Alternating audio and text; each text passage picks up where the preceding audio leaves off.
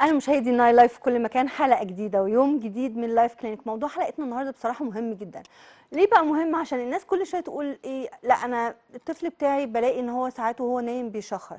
طب يا ترى دوت ممكن ياثر فيما بعد على التنفس عنده ولا لا؟ طب ليها علاقه باللحميه ولا لا؟ طب ليها علاقه بالجيوب الانفيه او في كده مشاكل في الجيوب الانفيه ولا لا؟ هنعرف التفاصيل دي واكتر بكتير، وهنتكلم طبعا عن الانف والاذن والحنجره، وبالذات لما بيحصل مشكله في الحته دي. الحته دي كلها بتتاثر ببعض، حتى كمان الودن لو في فعلا التهاب او انفكشن عالي في المنطقه دي فعلا بتاثر على المنطقه دي كلها. طب ليه ساعات في اوقات بنلاقي الشخير بيبقى زياده، او مثلا بنلاقي الشخص دوت بيجي في وقت من الاوقات يقول لك لا ما هو انا يا دكتور ساعات بيحصل لي موضوع الشخير دوت لما ببقى مرهق بزياده قوي، لما بيبقى عندي التهابات. طب هي دي ليها علاقه ان الشخير ساعات بيزيد او ساعات بيكتر ولا لا؟ هنعرف تفاصيل، واكيد كمان هنتكلم عن طرق العلاج. وبالذات ان احنا لغايه دلوقتي في ناس برضو بتبتدي تقلق من موضوع العلاجات، وبتبتدي عشان في نسب منها بتبقى كورتيزون. طب يا ترى الحاجات دي بتبقى امنه وبنسب وجرعات قليله ولا لا؟ هنعرف التفاصيل دي او اكتر بكتير مع الاستاذ والدكتور اللي منورنا النهارده، استاذ احمد عبد الفتاح، استاذ ورئيس قسم امراض الانف والاذن والحنجره من جامعه الازهر، وهو اللي منورنا النهارده. وهنتكلم بشكل تفصيلي عن الشخير وتاثيره على المشاكل التنفس، ويا ترى بالذات كمان بقى اللي يهمنا الاطفال، يا ترى بقى الحاجات دي نبتدي نقول مثلا العمليات تبقى امنه من سن كام؟ هنعرف تفاصيل اكتر بكتير في حلقتنا. بس زي ما احنا متعودين قبل ما نبدا حلقتنا دايما بنقول من وزاره الصحه والسكان عن فيروس كورونا. وموضوع حلقتنا النهارده او موضوعنا النهارده الخبر اللي معانا من موضوع عن بصراحه موضوع كورونا اللي شاغل كل الناس واللي مهتم بيه مش بس مصر، العالم كله. بس نشكر ربنا ان احنا لحد ما الوزاره عامله كده دراسه وعامله حاجات بصراحه ومهتمه جدا بموضوع فيروس كورونا، وكمان التبعيات اللي هي التحورات اللي دايما بنسمع عنها وبنبقى حتى بنسمع عنها بره وبنبقى خايفين انها تجيلنا في مصر. في موضوع خبرنا النهارده وجه الدكتور خالد عبد الغفار وزير التعليم العالي والبحث العلمي والقائم باعمال وزير الصحه والسكان وضع خطه مستقبليه موحده لخدمات الرعايه الصحيه على مستوى محافظه الجمهوريه وفقا للخصائص الديموغرافيه لكل محافظه لضمان الارتقاء بالمنظومه والحفاظ على النجاحات التي حققتها الدوله في القطاع الصحي. وجاء ذلك خلال الاجتماع الأسبوعي للوزير لمتابعة سير العمل بعدد من ملفات الوزارة بحضور القيادات والمساعدين بوزارة الصحة والسكان ومشاركة كافة وكلاء الوزارة بالمحافظات عبر تقنية الفيديو كونفرنس.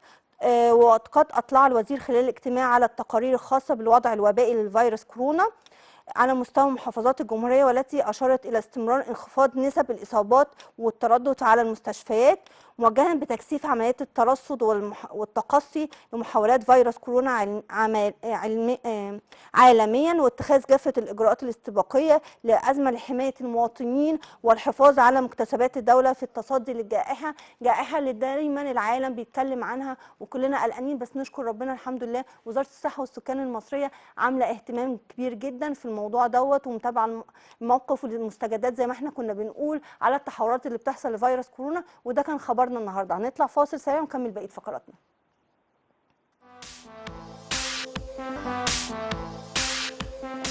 ورجعنا بعد الفاصل ونورنا في الاستوديو الاستاذ الدكتور احمد عبد الفتاح، استاذ امراض الانف والاذن والحنجره بكليه طب جامعه الازهر. اهلا بيك يا دكتور، رمضان كريم على حضرتك. اهلا يا مريان، اهلا بيك المشاهدين. دايما بتنورنا يا دكتور بصراحه. مريان بحب اكون معاكي دايما. دكتور عايزين كده في البدايه نعرف الشخير دوت، وكمان بقى نبتديها بقى من الاطفال. يا ترى ليها عامل وراثي؟ ايه هو الشخير؟ وبالذات ان ساعات الامهات ما بتلاقي ابنها كده بتبقى قلقانه عليه جدا، احسن يكون في لحميه او احسن يكون في نتوءات او حاجه بتاثر على جهازه التنفسي. فيا ترى ليها علاقه بمشاكل؟ يعني لو في فعلا طفل بيحصل له عمليه الشخير دي ممكن يبقى عنده مشكله في الانف فعلا تعمل له عدم تنفس ولا لا؟ هو الحقيقه يعني موضوع الشخير او شكوى الشخير من اكتر الشكاوى الشائعه عندنا في العيادات، ودايما بنقول ان احنا الشخير جزء منه مشكله اجتماعيه وجزء منه مشكله صحيه. بالظبط، مشكله اجتماعيه دلوقتي في حياه الاسره اكتر يا دكتور. ويمكن عشان كده احنا بنهتم بالشخير من الناحيه الاجتماعيه قوي. وبنحترم شكوى المريض حتى لو هو ملوش امباكت او ملوش تاثير صحي مباشر. يعني يمكن الفن والافلام تناولت الموضوع ده بشكل كوميدي لطيف جدا، لكن الحقيقه الموضوع له جانب علمي قوي قوي. فانا طيب مبسوط تمام. ان احنا بنتكلم في الموضوع ده ونقدر نضيف معلومات للمجتمع، خصوصا المجتمع اللي مهتم بالموضوع. وده ممكن يكون سبب مرض فعلا بيظهر موضوع الشخير فيه ان هو مرض في التنفس فعلا. يعني الشخص اكيد بيعاني وهو بينام في موضوع مشكلة في التنفس، عشان كده بتبقى الناتج ليه الشخير ولا لا؟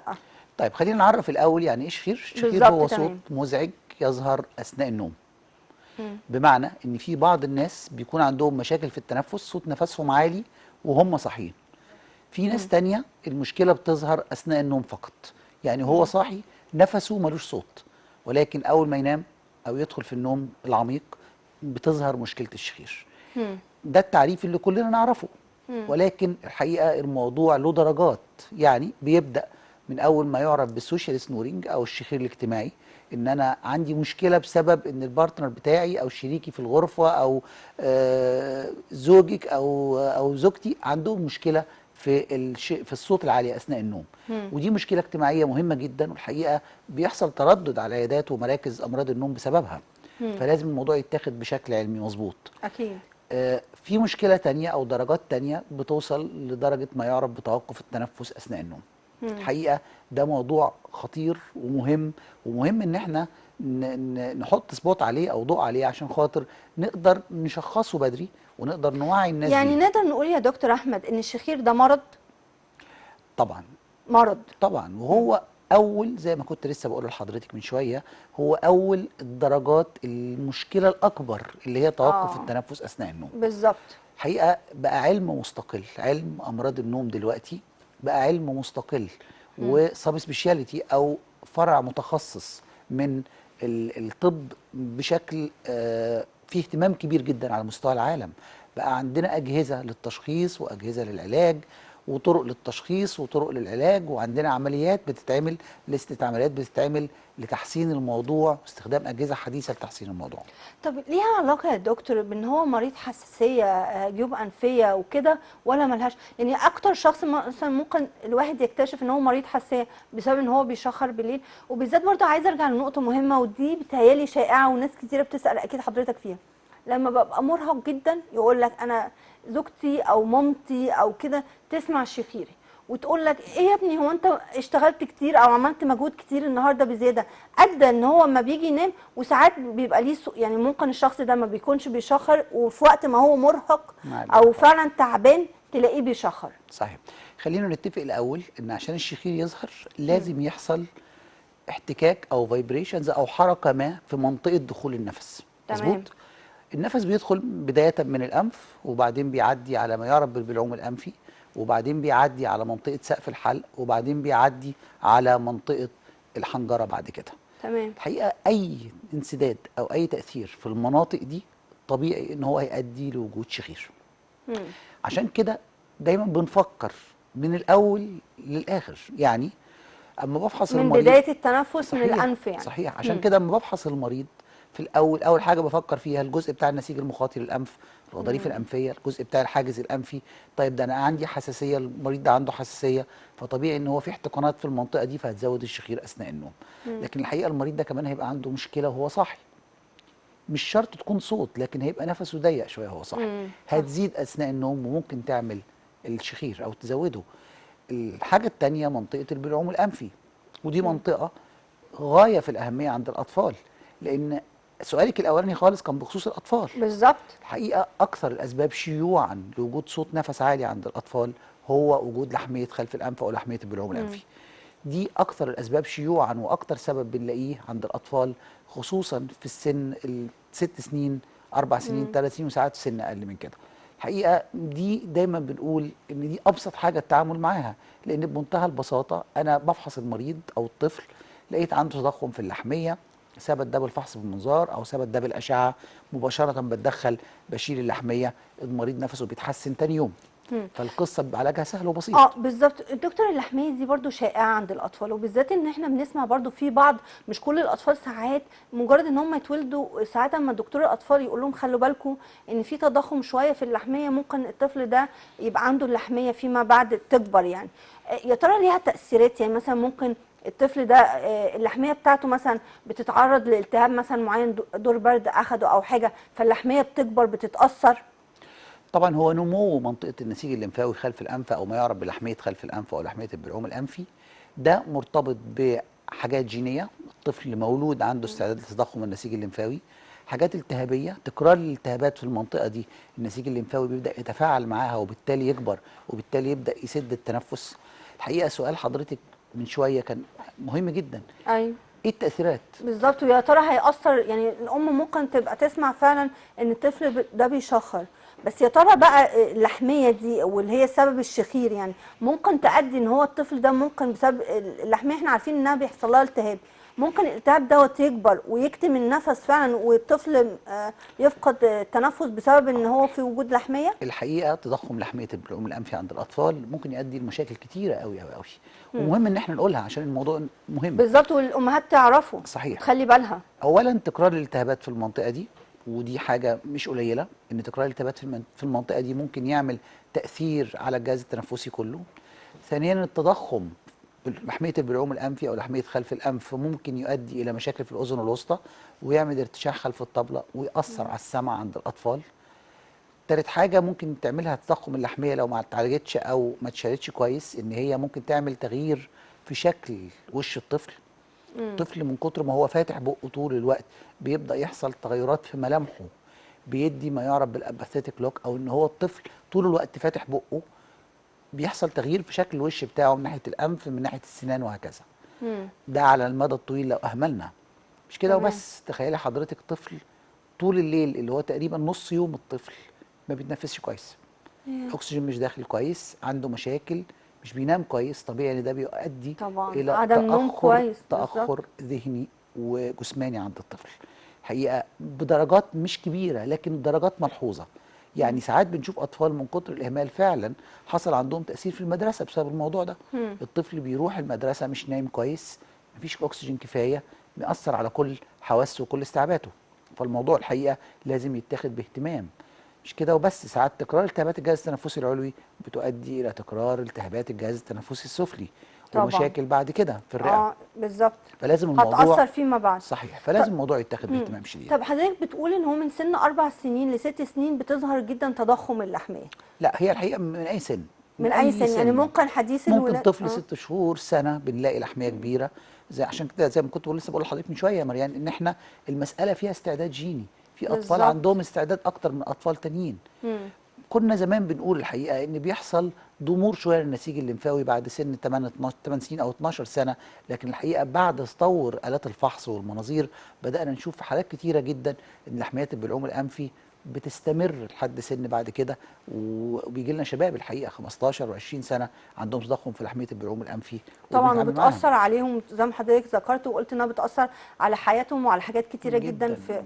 طب دكتور انا عايزة موضوع بقى اللحمية بالنسبة للأطفال، الموضوع ده حتى كتير احنا بنسمع لما حد كبير بيعمل اللحمية يقول له الدكتور خلي بالك ان انت لو شلت اللحمية ممكن تظهر فيما بعد. يا ترى مع تطور التكنولوجي بقى وتطور الاستخدام اللي حضرتك قلت عليه الأجهزة والكلام ده كله، يا ترى ان هو لو طفل بقى صغير شال اللحمية معرض ان هو وهو ما يكبر بقى ويبقى عنده شاب وكده ان هي اللحميه تظهر له تاني ولا لا؟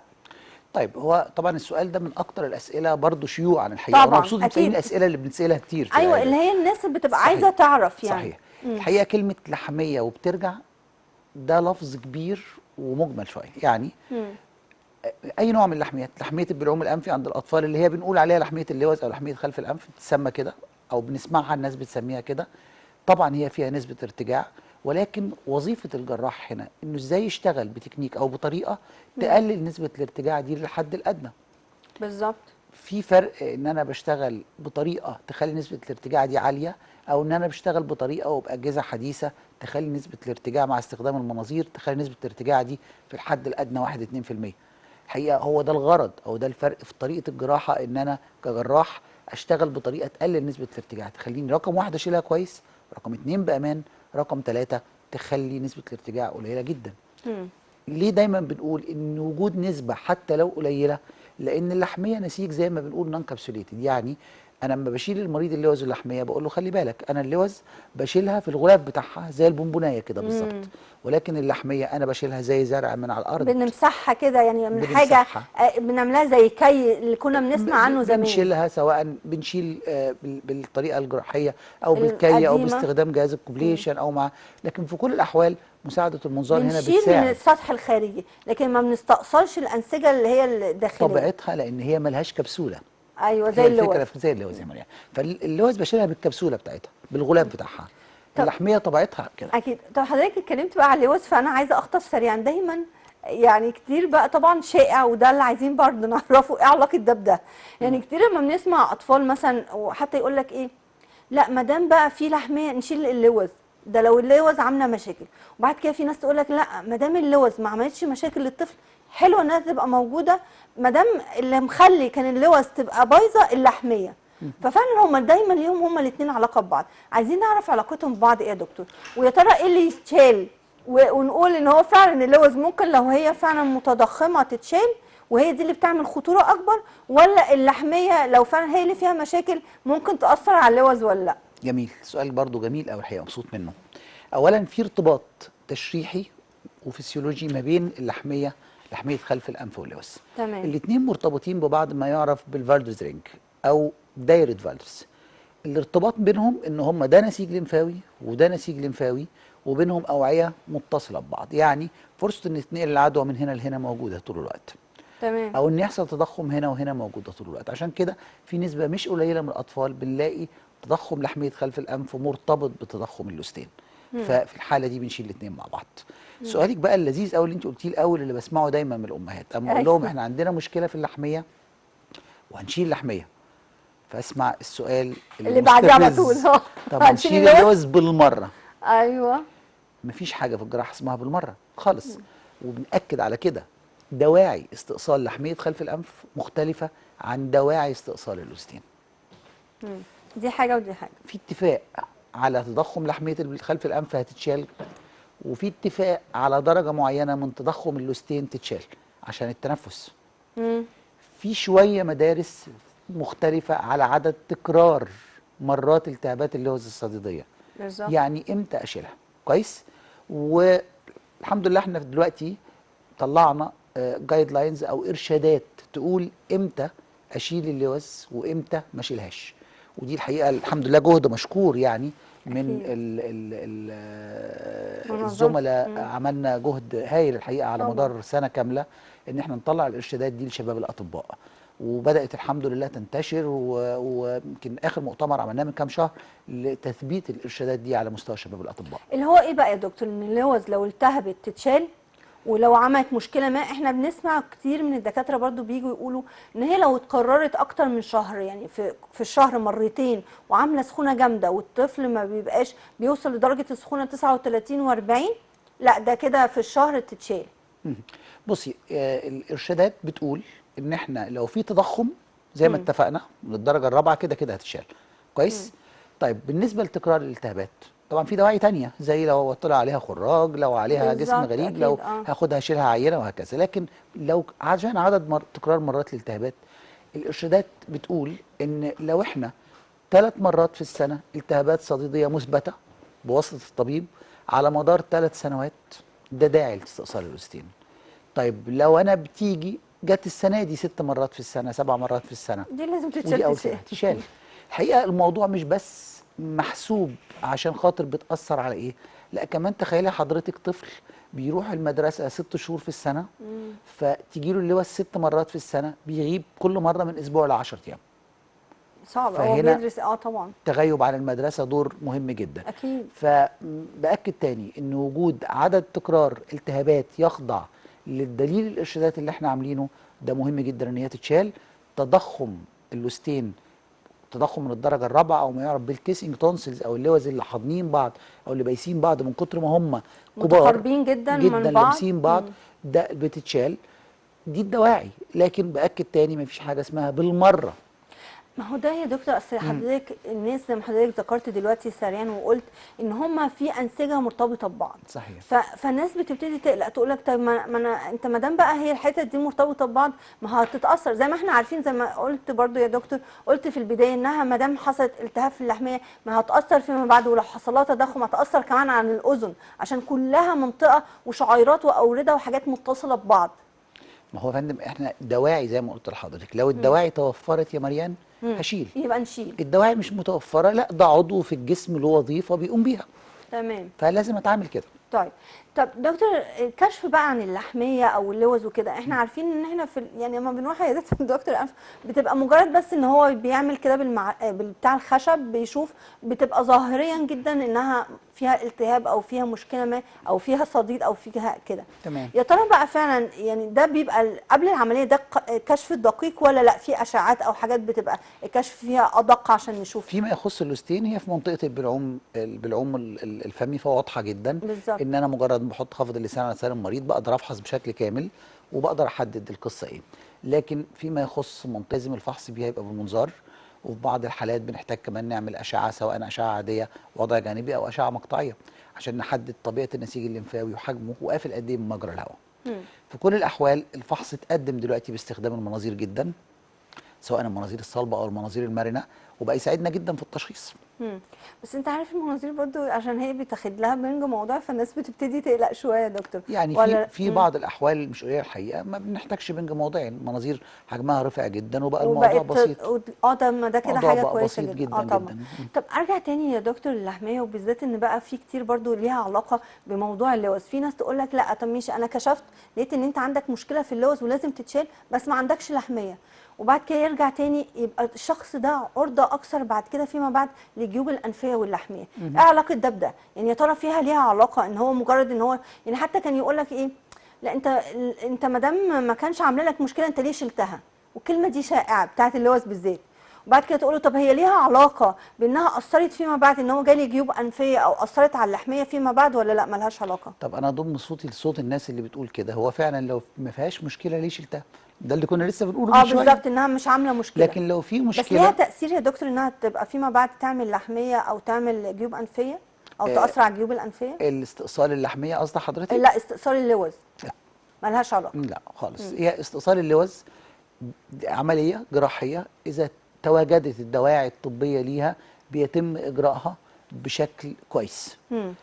وبعد كده المريض بيتابع عنده مشكله ثانيه بنتعامل معاها، سواء ظهرت مشكله لحميه، مشكله جيوب انفيه او تيفر، لازم نبدا نتعامل مع الواقع بعد كده. لكن باكد تاني مفيش حاجه اصل انا بعمل اللوز طب هشيل اللحميه، انا بعمل اللحميه طب هشيل اللوز بالمره. مفيش حاجه اسمها ليها علاقه ببعض خالص. والا شيل ازاي ده بالمره كمان لحسن تتعب ايوه بعد كده. احسن تتاثر فيما بعد. وهي فعلا احنا عارفين اللوز لما بتعمل صديد او حاجه بتنزل على المعده وبتعمل مشاكل في المعده كتيره جدا. يعني مش بالشكل وبتعمل بتاثر كمان على الرجل. معروف ان هي من ضمن المضاعفات ان هي ممكن تعمل نشاطات روماتيزميه على صمامات القلب او على المفاصل. عشان كده بقول لحضرتك احنا طلعنا الجايد لاينز او الارشادات الطبيه دي عشان ما يبقاش في قوي اختلاف اراء شديد. خلاص صح. احنا توافقنا كمجتمع علمي، توافقنا كمجتمع علمي ان دي الدواعي الواضحه للكل.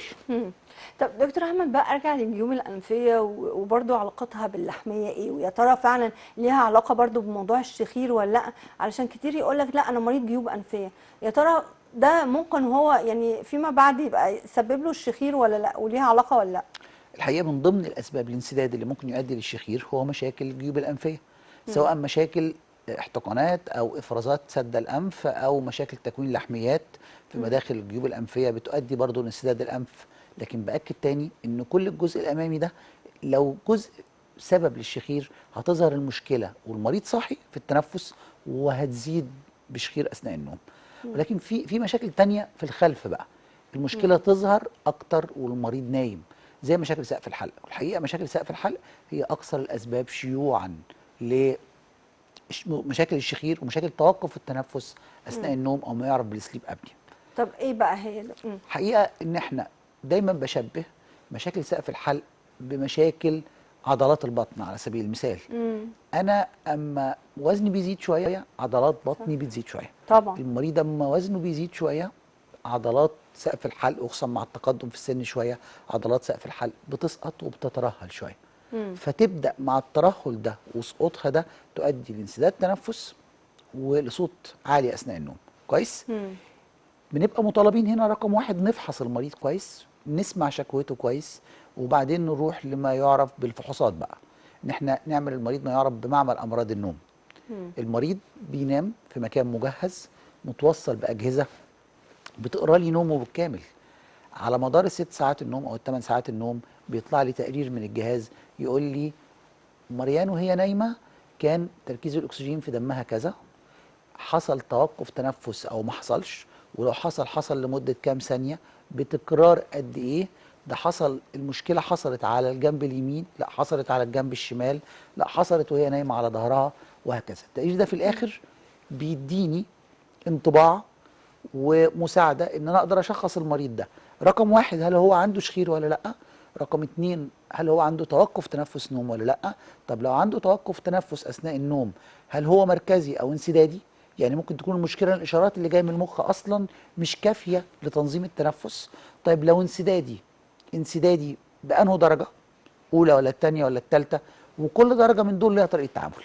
من اول ان انا اقول للمريض ما تعملش حاجه غير ان انت تخس وتلعب رياضه، ونام على مخده عاليه وحاول ما تنامش على ظهرك وهكذا، او ان انا اتدخل جراحيا بالمنظار، ممكن باجهزه بسيطه زي نعمل سومنوبلاستي او شد سقف حلق باستخدام اجهزه كيب التبريد، او ان انا اتدخل جراحيا بعمليات اقوى شويه، عمليات شد سقف الحلق، وساعات عمليات اكتر كمان تقدما بالتعامل مع الفك او منطقه الحنجره. لكن الحقيقه كل درجه ليها طريقه تعامل جراحي مختلفه بالظبط ومختلفه تماما. فلازم الاول اعرف اشخص المريض واعرف هو في انهي درجه. عايز اقول لك كمان يعني ان المجتمع الغربي كله بيتكلم على موضوع توقف تنفس اثناء النوم بمعلومات وباحصاءات تخوف لما تسمعيها. لما تعرفي حضرتك ان 40% من حوادث العربيات في الغرب سببها ان المرضى ما بيناموش كويس بالليل عشان عندهم مشاكل تنفس، فبيناموا وهم سايقين، مشكله كبيره طبعا. لما تعرفي حضرتك ارتباط مشاكل الضغط والسكر ومشاكل ليها عضله علاقه القلب بالنوم، كلها لها علاقه ان المريض ما بينامش كويس.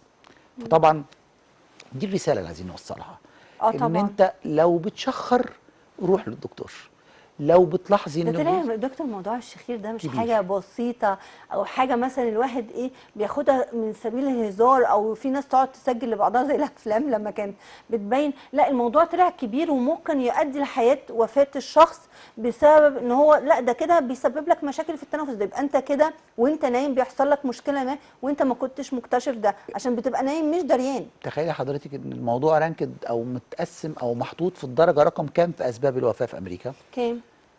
الثالثه او الرابعه، يا بيتراوح نهار من ابيض، الثالثه لا دي حاجه صعبه. ف... يعني ممكن القلب او السرطانات او الكلام ده كله ممكن هي اللي دي كل الاهميه، لكن الدرجه الثالثه او الرابعه دي يعني حاجه قريبه جدا. عشان زي ما بقول لحضرتك المريض اللي عنده مشكله كبيره في التنفس اثناء النوم ما بينامش كويس بالليل، بيصحى الصبح يركب عربيته في نعسان نسبه يعمل عشان حادثه حاسس ان هو ما اخدش كفايته من النوم طبعا. كويس، غصب عنه بيغفل او بينام وهو سايق بيعمل حادثه، بنعده من ضمن ضحايا مشاكل التوقف التنفس اثناء النوم اللي ما تعالجوش صح. ما يبقاش ليها علاقه يا دكتور بان هو مثلا الشخص عشان قله النوم كمان بيحس بصداع وليها علاقه مثلا تنميل، عشان احنا عارفين ان مريض ساعات اللي هو الجيوب الانفيه برضو بيجي له صداع بشكل كبير وبيجي له في اجزاء من وشه. ان دايما يقول لك ايه، لا انا اما بيجي لي دور البرد جامد او بيبقى مثلا تعرضت للهواء، واحنا الفتره دي للاسف هي دي فترات الجيوب الانفيه والحساسيه، خلينا واقعيين.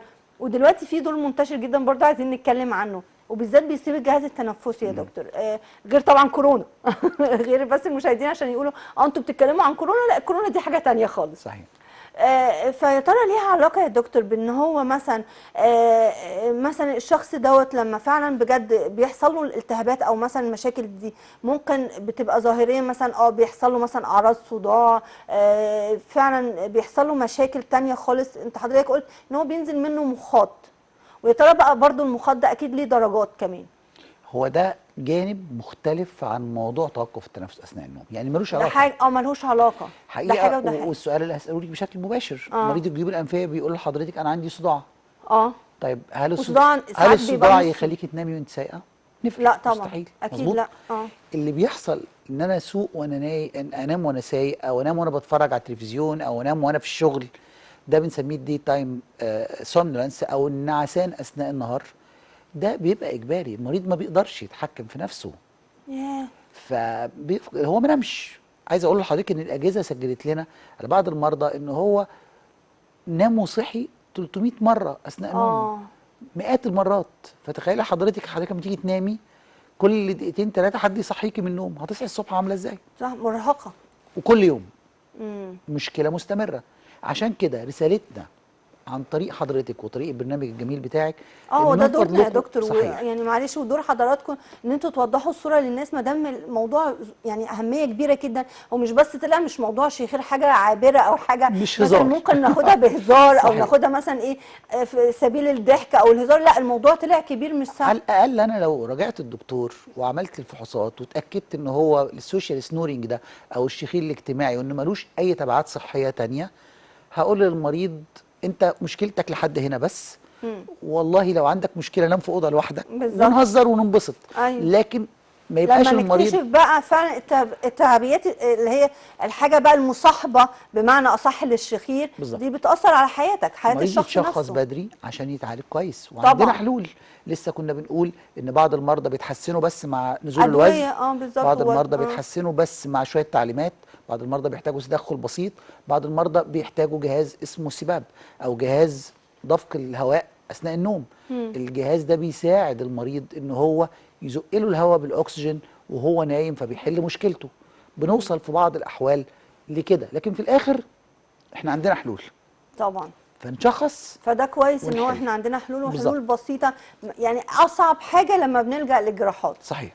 والجراحات حتى كمان بتهيألي يا دكتور بقت اتقدمت بسيطه، جدا في يعني مش المجال ده، مش حاجه صعبه. اتقدمت جدا وحصل فيها تطور ونتائجها اتحسنت جدا بفضل الله. نرجع برضو بقى للجيوب الأنفية، وده الموضوع برضو الشائع اللي برضو بيعمل عدم تنفس ومشاكل في التنفس، والناس ممكن تفتكره حاجة بسيطة وهينة في الأول، لكن للأسف مع الالتهاب الشديد ممكن الشخص يفقد حاسة الشم. صحيح. ويرجع يقول لك طب انا فقدت حاسه الشم عشان اهمالك في ان انت ما تعالجش الجيوب الانفيه او النتوءات اللي كانت ظاهره عندك. صحيح. خلينا نتفق الاول ان مشاكل الجيوب الانفيه ممكن تكون حساسيه، وممكن تكون التهابات صديديه، وممكن تكون التهابات فيروسيه، وممكن تكون التهابات فطريه، زي ما يعني العالم كله حصل له الرعب بعد بالظبط الكورونا، بعد كورونا. الفطر الاسود والفطريات عموما. ودلوقتي دكتور كله يقول لك لا، ما دام انت فقدت حاسه الشم يبقى انت عندك كورونا، خلاص الناس بقت هي اللي بتشخص. هو بس السؤال، انا دايما لما بيجي لي المريض يقول لي انا عندي مشكله في حاسه الشم، اساله من امبارح، من اول امبارح، ولا بقى لنا 4 5 فترات سنين؟ بالظبط. طب الموضوع ظهر فجاه نمت وصحيت لقيته كده، ولا ظهر بالتدريج؟ تمام. طيب لو الموضوع بالتدريج، بقى المريض بقى له 6 شهور سنه، الموضوع بيروح وبيجي وبالتدريج وبدا بسيط وبعدين بدا يتزايد، طبيعي جدا ان هيجي في ذهني ان ده مش كورونا ومش تمام. التهابات فيروسيه. طبعا. هبدا افكر في مشاكل الحساسيه.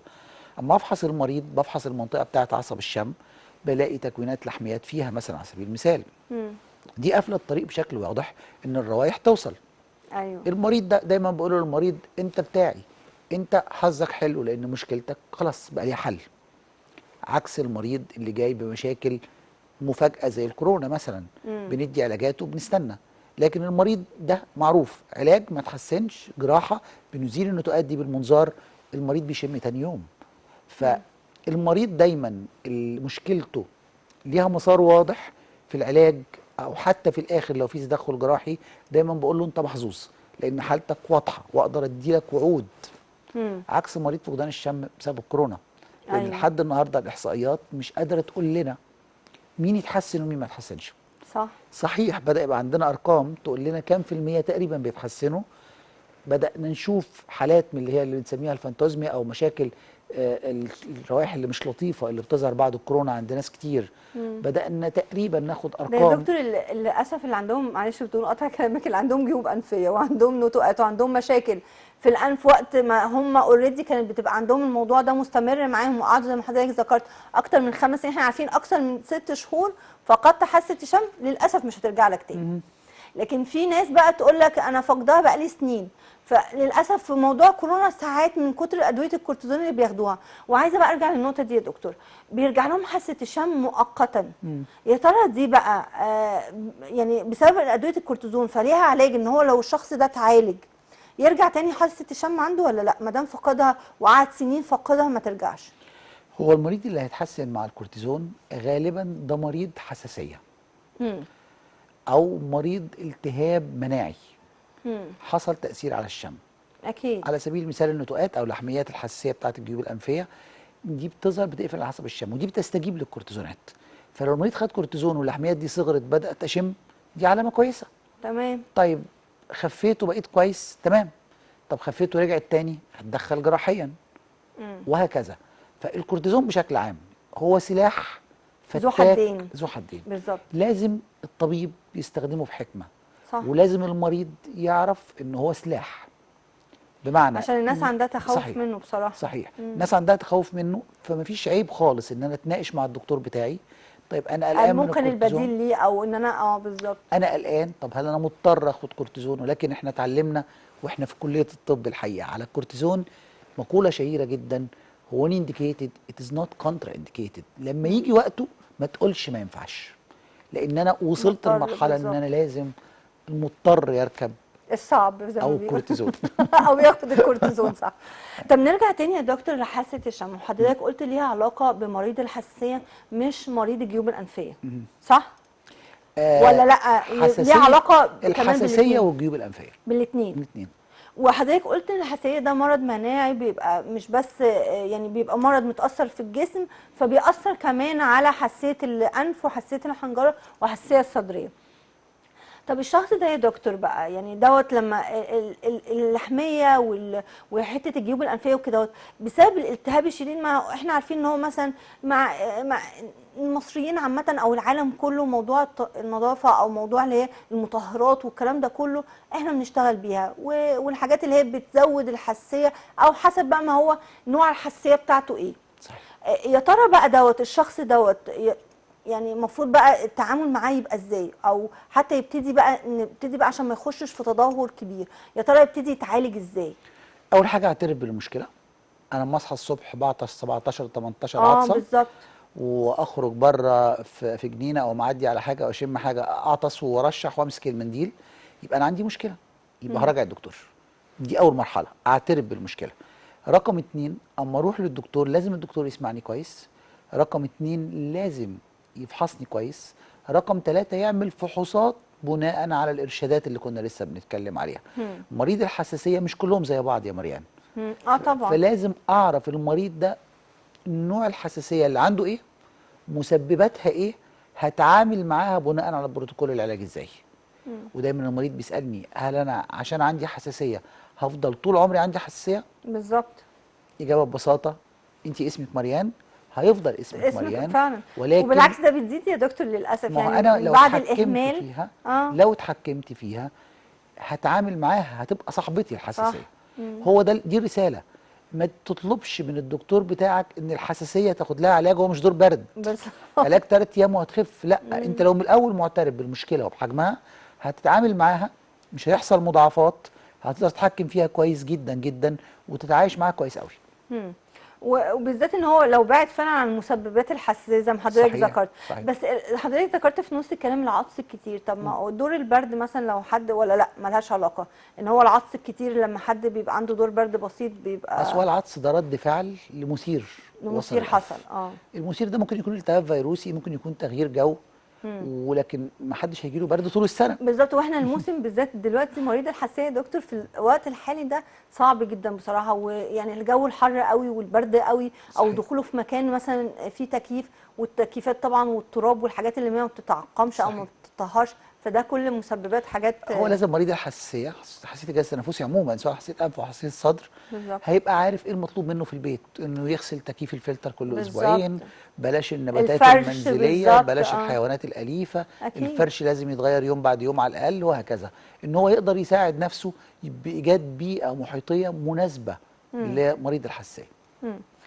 طب دكتور، احنا برضو عايزين نرجع لمشاكل التنفس، وبالذات ان الموضوع دوت يعني برضو مهم جدا، وزي ما حضرتك قلت ان هو فعلا لو هو في موضوع الشخير او الكلام ده كله، لو هو نايم ده ممكن. لكن في ممكن الواحد يجي يقول لك كده، انا ساعات يا دكتور ببقى قاعد طبيعي جدا ما ببقاش قادر اتنفس. يا ترى دي ليها علاقه بموضوع الحساسيه ولا ليها علاقه بايه؟ طيب هو مش قادر يتنفس من الانف ولا مش قادر يتنفس من لا، الصدر؟ من الانف. مناخيره مكتومه اه ببساطه بالظبط. كده. اه. طيب انا عندي مشكله، اكيد قفلت مناخيري. انا كنت من نص ساعه بتنفس كويس، دلوقتي ما بتنفسش كويس. معنى كده ان حصل لي مشكله، تفاعل ما. التفاعل ده حساسيه ولا التهابات؟ لازم بالظبط. فحص. لازم المريض يفحص كويس، والدكتور بتاعه بعد ما بيفحصه بالمنظار بيقدر يحدد الخلل فين او المشكله فين، ويبدا يتعامل معاها بالطرق العلاجيه الحديثه. يعني التشخيص يا دكتور المنظار افضل بكتير من الاشعاعات ولا لا؟ لازم افضل. لازم الاول الفحص بالمنظار. الفحص بالمنظار هو الخطوه الاولى في التشخيص السليم لمشاكل الجيوب الانفيه، لان في مناطق ببساطه انا مش هشوفها من غير المنظار، بالظبط، من غير منظار. ومش كل مريض هخرجه من الباب ده على الباب الاوضه اللي جنبي اعمل له اشعه مقطعيه. في طب الاول وفي بالظبط. الاخر كل الاشعاعات ليها مدار ولازم تستخدم بحكمه. اه بلاش صح. كلمه مدار عشان ما نخوفش الناس، لكن ليها محاذير، ليها حسن استخدام او حكمه في الاستخدام. طب دكتور، الناس بتقلق من المناظير، وبالذات تقول لك طب يعني طب ما انا ممكن وانا بعمل المنظار يبقى التشخيص والعلاج في نفس الوقت. يعني ممكن لو فعلا الدكتور دخل بالمنظار يلاقي مثلا نتوءات او مشاكل معينه، ممكن المريض يخش يعملها وهو بيكشف كشف كده عادي، بيبقى فيه استعدادات ليها ولا لا؟ لا طبعا، احنا بنفرق المناظير. كلمه منظار في جيوب انفيه او منظار انف، بنفرق بين منظار تشخيصي ومش ومنظار جراحي. جراحي تمام. منظار التشخيصي بفحص فحص عادي خالص زي السونار بتاع دكتور الباطنه وهكذا، لكن المنظار الجراحي ده قصه مختلفه. مم. فلازم استعداداته وتأهيل الشخص وتخدير والكلام ده كله وطبيعي طبيعي بيبقى مختلف تماما. طبيعي طبيعي. طب نرجع بقى تاني يا دكتور للجيوب الأنفية، وبالذات ان دي يعني انا عارفة يعني هنتطرق ليها، يعني عشان الموضوع برضو مهم زيها زي موضوع الشخير، عشان هي برضو بتسبب مسببات احنا عدم في فتره التنفس. الربيع كمان من اه، اكتر. بسبب مسببات كمان عدم التنفس للشخص. صحيح. ازاي بقى الشخص ان هو يكتشف ان هو مريض جيوب أنفية؟ طيب اهم الاعراض هي انسداد الانف، الرشح المتكرر، العطس المتكرر، افرازات خلف الانف، مع وجود صداع والم في الوجه. كويس. هي دي الاعراض المهمه قوي. حصل عرض من الاعراض دول، هبدا احلله. يعني العرض ده بيحصل لي اكتر الصبح ولا بالليل؟ بيحصل لي بشكل تلقائي ولا لما اتعرض لحاجات معينه؟ يعني انا ممكن الاحظ على سبيل المثال ان انا طول ما انا في الاستوديو عندك هنا عندي مشكله في التنفس، اول ما اخرج مشكله بيبقى التنفس بتروح. المشكلة بتتحسن. وطبيعي جدا ان انت كمريان اللي موجوده في الاستوديو ده ما كانش شغلك ان انت هتسالي نفسك هو ليه بيحصل في الاستوديو بالذات. مع مراجعه الدكتور بتاعك هيقول لك طيب خلي بالك يا مريان، جنبك ايه في الاستوديو، الدهانات اللي موجوده ايه، الارضيه اللي مفروشه فيها موكت او حاجات زي كده ولا لا. تثير طيب فعلا. بالظبط. طب الاير كونديشن، التكييفات اخبارها ايه، هل هي مركزيه ولا لا، هل فيها غسيل فلاتر ولا لا. الحاجات دي كلها هيبدا يلفت نظرك ليها. طبعا. عشان كده انا لسه كنت بقول لك من شويه، مريض حساسيه الانف محتاج كونسلنج، محتاج يفكر في حالته، محتاج يعرض على الدكتور حالته بالتفاصيل. الدكتور لازم يسمعه ويساعده. وفي حساسيه المريض الحساسيه بالذات مع الدكتور بتاعه دايما بقول للمريض انت مش الكلام. بس كده يبقى صحيح. حاجه عارضه كده، انت و... انت المفروض هتبقى مستمر معاه. يعني انت مش بس اما يجي لك دور برد او صحيح. اما يخش ان انت في ازمه، عشان الازمه دي انت وصلت لمرحله متاخره، صح يا دكتور؟ صحيح. والكلام رايح جاي بيني وبين المريض. يعني ممكن مريض يقول لي انا العلاج اللي انت بتكتبه لي ده انا خدته قبل كده وما ارتحتش عليه. ايوه كويس. صح. او انا او تعبني او عمل لي مشكله او من انا بعد خدت كده. العلاج وبعدين بعدها بيومين انا حصل لي موقف كذا. عشان كده بقول لحضرتك مريض الحساسيه دايما بقول له انا زي اللي ماسك لجام حصان، ساعدني ان احنا هنسيب اللجام شويه، هنمسك اللجام شويه لحد ما انا والحصان نبقى اصحاب. اكيد. عرفنا بعض هسيب له اللجام، هديله سكره، هنبقى اصحاب. صح. فمريض الحساسيه وبالذات الجيوب الانفيه او حساسيه الجهاز التنفسي العلوي لازم يبقى مصاحب للدكتور، ولازم يمشي على الارشادات. وحتى لو ما مشيش هي بتبقى فترات من الوقت وبترجع، يعني يبقى يعني عارف ايه مسبباتها. طب دكتور، لما بقى يجي شخص يقول لك طب انا عارفه مسبباتها وبمشي على الادويه، واحنا عارفين ان ادويتها بتبقى معروفه في وقت الازمات او وقت المشكله، ساعات الشخص من نفسه يا دكتور بياخد العلاج من نفسه بدون رجوع للطبيب. ده مشكلته ايه؟ عشان احنا عارفين ان احنا ساعه ما ايه بنروح للدكتور بنكسل ونرجع احنا مثلا نجيب الروجيتا القديمه من سنه او من شهر ونرجع ناخدها من صحيح تاني. صحيح. مضاعفات ده ايه يا دكتور؟ ويا ترى فعلا ممكن تكون المشكله المره دي مختلفه وبتختلف من مره لكل لتانيه ولا لا؟ صحيح. بصي يا مريم، انت سالتيني عن الاعراض فعدت لي 5 حاجات. بالظبط. كويس. عايز اقول لك ان نفس ال5 حاجات دول ممكن يكونوا موجودين مع كلهم التهابات. مره واحده يا دكتور لا مش بسبب كده وبس، الاهمال. ممكن يكونوا موجودين مع التهابات صديديه، التهابات فيروسيه، التهابات فطريه. اوكي. طيب علاج ده غير ده غير ده. طبعا اكيد. فتشابه الاعراض لا يعني ان التشخيص واحد. صح. في بعض الاحوال مع مريض الحساسيه انا بدي للمريض نسبه مرونه. اقول له انت هتاخد العلاج ده في حاله كذا، او لو حصل كذا خد العلاج ده وكلمني في التليفون. ولكن في علامات لازم المريض يتابع مع الدكتور بتاعه فيها، ما يتصرفش من نفسه. مريض الحساسيه ممكن يفضل سنين ياخد ادويه هو فاكر انها صح، وهي في الحقيقه بتاخر حالته.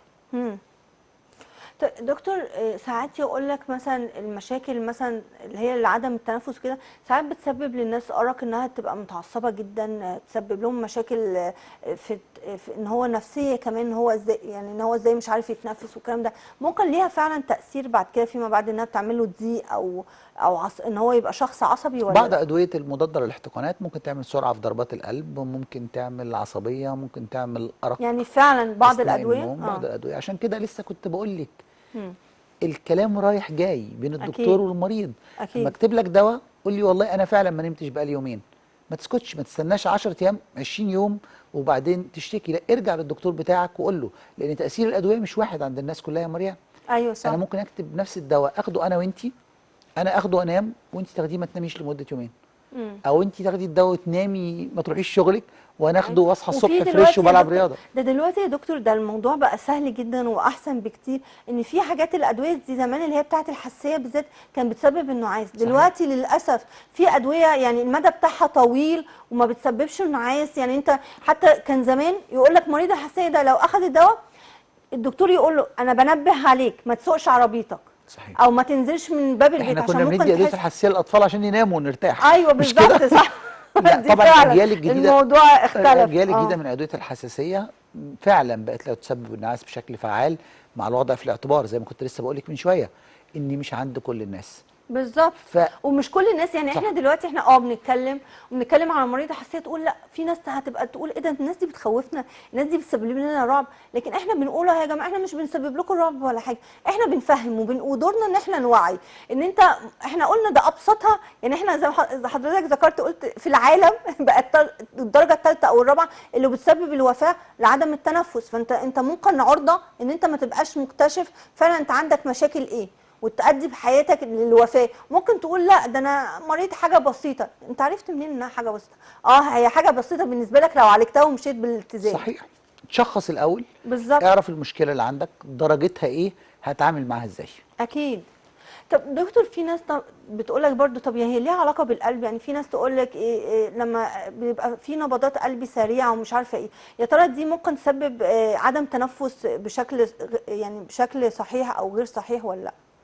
ما يعرف بالديزنيا او صعوبه النفس مرتبط جدا بامراض القلب، مرتبط جدا يعني بامراض فيما بعد الصدر. يأثر يا دكتور يعني؟ لا نفرق بس. كلمه ديزنيا او صعوبه النفس او صعوبه التنفس، انا نفسي ضيق، انا مش قادر اخد نفسي، مرتبط جدا بامراض القلب وامراض الصدر. كويس. ازاي بقى يعني يا دكتور؟ مشاكل القلب ومشاكل الصدر تؤدي فيما بعد زي العدم ما احنا بنقول ان مشاكل الجيوب الانفيه رشح وعطس وزكام وانسداد في الانف، مشاكل القلب والصدر اعراضها الرئيسيه من ضمنها غير الالم او ضيق التنفس، مساله صعوبه التنفس او ضيق التنفس دي مشكله واضحه. والمريض لو جاله ضيق تنفس بالشكل اللي حضرتك بتوصفيه لازم الاول يراجع دكتور القلب او دكتور الصدر بتاعه. طب دكتور كمان بالنسبه للادوار اللي احنا ذكرناها ومريض الحساسيه او اي شخص مثلا دايما يقول لك في افرازات ساعات بتيجي من الانف، تاثير الافرازات دي يا دكتور بقى على الانف وتاثيرها على زي ما حضرتك قلت البلعوم والكلام ده كله، احنا عارفين انها بتنزل في اللي هي الحاجز الخلفي وهي بتاثر فيما بعد كمان على الحنجره وعلى الصدر فيما بعد. هو طبعا مشكلتها الاساسيه بتظهر ان انا افرازات خلف الانف دي بتنزل على المعده وبتعمل مشاكل في المعده لان طول الوقت بيبلعها المريض. ساعات ولو هي بتستثير فعلا فيها الحنجره. انفكشن او حاجه ليها طبعا تاثير طبعا. ساعات بتستثير الحنجره، بتزود فرصه التهابات الصدر وهكذا. مم. فافرازات خلف الانف زيها زي افرازات الانف الاماميه مم. او الرشح او الافرازات اللي بتطلع بالظبط. من الانف، مهمه جدا، ولازم برضو ندور على سببها ونتعامل معاها بشكل مناسب. طب ازاي بقى افرق بينهم يا دكتور؟ وبالذات ان في كتير بنشوف برضو اطفال في المدارس بيبقى عندهم يا عيني الولد بيبقى مناخيره على طول فيه رشح رشح رشح، وبيبقى فعلا ليها مواسم معينه، يعني تلاقي الولد ده مثلا ممكن في الشتاء ما يكونش ايديه على طول في الرشح، ويا ترى ممكن في اشخاص بتبقى عايشه انها ماسكه على طول المناديل والرشح ده عندها مستمر من الانف مش بس من الخلف. وتأثير ده بقى برضو يا ترى ممكن فيما بعد الرشح الكتير من الأنف يأثر على الخلف ولا لا؟ هو الافرازات من الانف نوعين، افرازات أمامية راني نوز، افرازات بالظبط بتنزل من من الانف أنفه تستخدم لها منديل، او افرازات بتسقط على زوري ببلعها خلفية صح، ومضايقاني ومغيره صوتي وهكذا. دي حقيقة. الاثنين مرتبطين بمشاكل الانف، اوكي؟ يعني ولكن كده دليل إن في مشكلة في في الأنف. مشكله في الانف والجيوب الانفيه. الاطفال الصغيرين، الطفل بيجي على طول راني نوز، افرازات تقيله مع زكام، طبيعي جدا انا افكر في حساسيه، افحصه، لان في نسبه كبيره منهم جدا بيكون عندها مشاكل في لحميه البلعوم الانفي بتسبب المشكله وبتخلي الطفل على طول عنده افرازات وعلى طول فاتح بقه وهو بيتنفس وهكذا. زي ما احنا ذكرناه في البداية إن صحيح. هي دي اللي بتعمل فما مشاكل في اسيبش الحلق. الطفل اقول يجي لي طفل بقاله سنتين عنده راني نوز، ما ينفعش. الطفل اول ما تظهر المشكله وتستقر والمشكله بقت مش شويه برد وراحوا. يعني دي ليها علاقة بالحساسية ولا ليها علاقة طبعا بالجيوب الأنفية؟ بالاثنين، بالاتنين. حساسيه وبالجيوب الانفيه، ولها علاقه كمان بلحميه البلعوم الانفي عند الاطفال.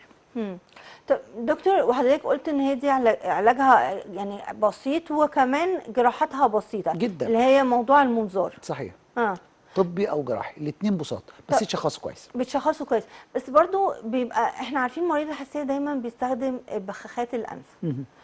وللاسف يا دكتور ساعه بخاخات الانف دي يجي لك الشخص مثلا يكون عنده دور جامد جدا، او الوقت بتاع زي ما احنا بنقول وقت الحساسيه بتبقى ظاهره عنده، فبيستخدم البخاخات دي ومره واحده يقول لك لا انا بعد ما استخدمتها بيحصل في الافرازات اللي بتنزل شعيرات دمويه بتبقى كده فيها دم.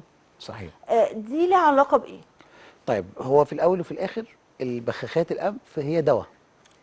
الدواء لازم يتاخد بوصفه طبيه، يعني الدكتور فحص وشاف ان المريض ده محتاج بخاخه انف، محتاج النوع الفلاني، محتاج الجرعه الفلانيه. بالظبط. طريقه استخدام مهمه قوي.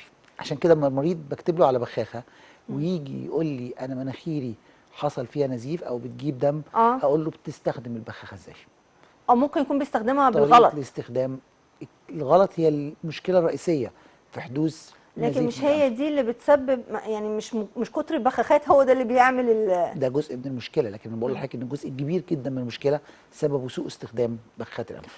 استاذ الدكتور احمد عبد الفتاح بجد منورنا وسعداء بوجودك، وبتهيالي يعني الحلقه لو هنتكلم عن الجيوب الانفيه واللحميه والحاجات دي اكيد الحلقات مش يعني كتيره جدا. شرفت بيك النهارده يا مريم، وانا مبسوط كمان إن انا كنت سعيده معاكي. بوجودي مع حضرتك يا دكتور ميرسي. بجد، ودايما ميرسي. ببقى سعيده بوجودي مع ميرسي، حضرتك. ربنا يخليك يا اشكرك مريم. استاذ ميرسي. الدكتور احمد عبد الفتاح، واستاذ امراض الانف والاذن والحنجره بكليه طب جامعه الازهر، منورنا يا دكتور وسعداء بوجودك. شكرا ليك يا مريم. شكرا. اشكرك واشكر المشاهدين، يا رب تكونوا استفدتوا من حلقتنا، وبتهيالي قلنا معلومات حلوه تفيدكم مش بتخوفكم، بس احنا بنديكم النصيحه عشان تتعلموا وعلشان تتجنبوا المخاطر اللي احنا قلناها في الحلقه. ويا رب يحفظ الجميع، واستنونا في عمل جديد بكره ان شاء الله.